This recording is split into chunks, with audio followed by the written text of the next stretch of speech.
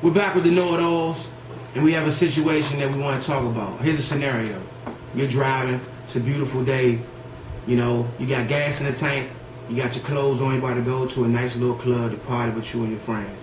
You get to the corner of Pennsylvania Avenue on Forestville Road, and you see somebody 7-year-old walking on the median selling donuts.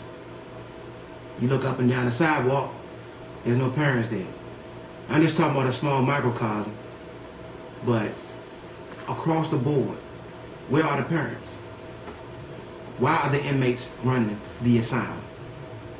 That specific scenario there really bothers me. You know, I don't understand. Is that a child labor law, first of all? Is this some kind of child labor law? It gotta be. That along with these basketball teams and boxing teams, like why are these kids outside 90-degree heat trying to get donations, basically bumming money? I mean, there's no other way to look at it. It's 2011. We have websites and Facebook and all type of different things you can use to network to get the desired money that's needed to accomplish what these kids are trying to accomplish. And most people that have don't mind helping children out. But I mean, you know, these donuts, when you don't see anyone from whatever organization they're supposed to be selling from, you know, it's kind of like, what are these kids doing out here, you know? Are we teaching the generation to beg? In that aspect, yes. In some aspect, yeah. You have a kid pretty much able to lower his pride enough to stand outside all day and be seen by people. You know, one last thing. This is a guy on Silver Hill Road, works for the Little Caesars. He has his guitar and he spins it, dances all day. I mean, it's fresh out of 1920, the Coonery movies.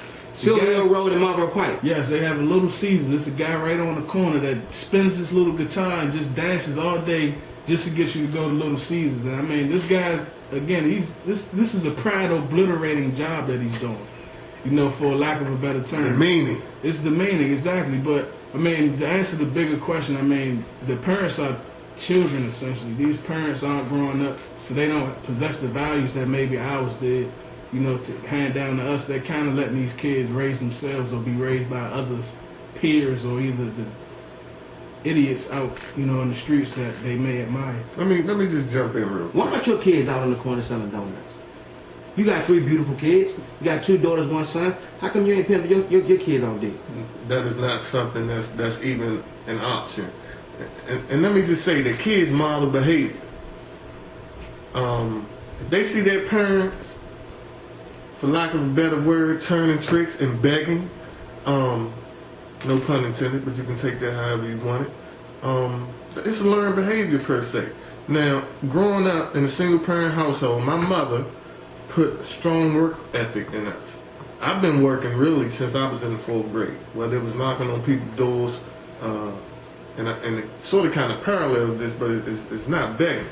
Taking the trash out, paper route, summer job, so on and so forth.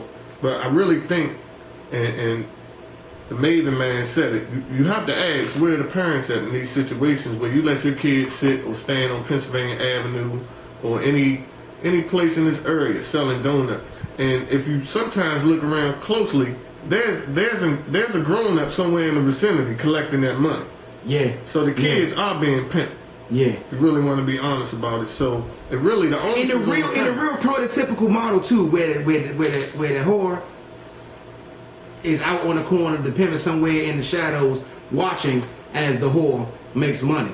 Not saying the kids are whores. No kids is watching this. No parents are watching this, obviously. But yeah, we'll go back to what you're saying. And then let me veer off a little bit real quick. These church people with these buckets. Here we go. Y'all gotta stop. This one lady, I'm sure you all that probably will see this know. There's this one lady that I've seen pretty much every part of Prince George's County, from Temple Hills to Branch Avenue to Pennsylvania Avenue to Wheaton. I mean, places on the train and train stations. She sells M&Ms, and she always says for a church. This is kind of big lady. I'm sure you've all seen her. But I see this, she looks nice. Let's just call her the blob. Yeah, that lady. You said she's big, so we'll call her the blob. But that lady, I see her everywhere, and it's for a I saw her church. at Metro Center. Is my point exactly. What church would allow a person? So either she's wrong and she's using the church for Eminem sales. Or the church using her. Or the church is using her. If it's the latter, I mean... In the name of Jesus, though. And of course. In the name of Jesus. Sweet black Jesus. But Born in the manger. what church would do this? Like, it seems more like her job, because I don't see her anywhere else. I don't, not to say she doesn't have a job, but my first guess would be that she doesn't. But it is kind of out of hand. These churches kind of do some of the same activity, so that they can drive Bentleys and build stadium churches. For the Eddie Long Fund. But that's definitely a subject for another day that we'll touch on, and we'll destroy that subject. But yeah, it's tough. And let me just say parenthetically that it's okay for a parent to have a social life if they have kids. You shouldn't be bogged down with your kids all day, every day. I think it should be equal sharing with the mother and the father. Whether the child lives in a single parent household or both parents are there. So parents, let's stop hanging at the LaFontaine Blue every Thursday. And let's start spending some quality time with our kids. And one more thing, and then I'll turn it back over to the panel. Stop bringing different men in your house, lying to your kids, telling them that's your uncle. They know good and damn well they don't have 50 uncles. It's cold as ice. So I'm going to leave it at that. Look, man. I got 2 sons, and I love them. We all got kids. Mike got a son. Drew got 3 kids.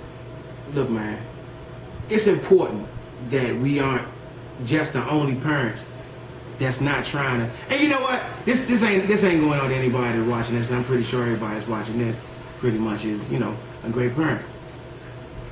But let's not put the kids out on a corner, man. I like donuts. I don't want to buy them from your kid on the corner.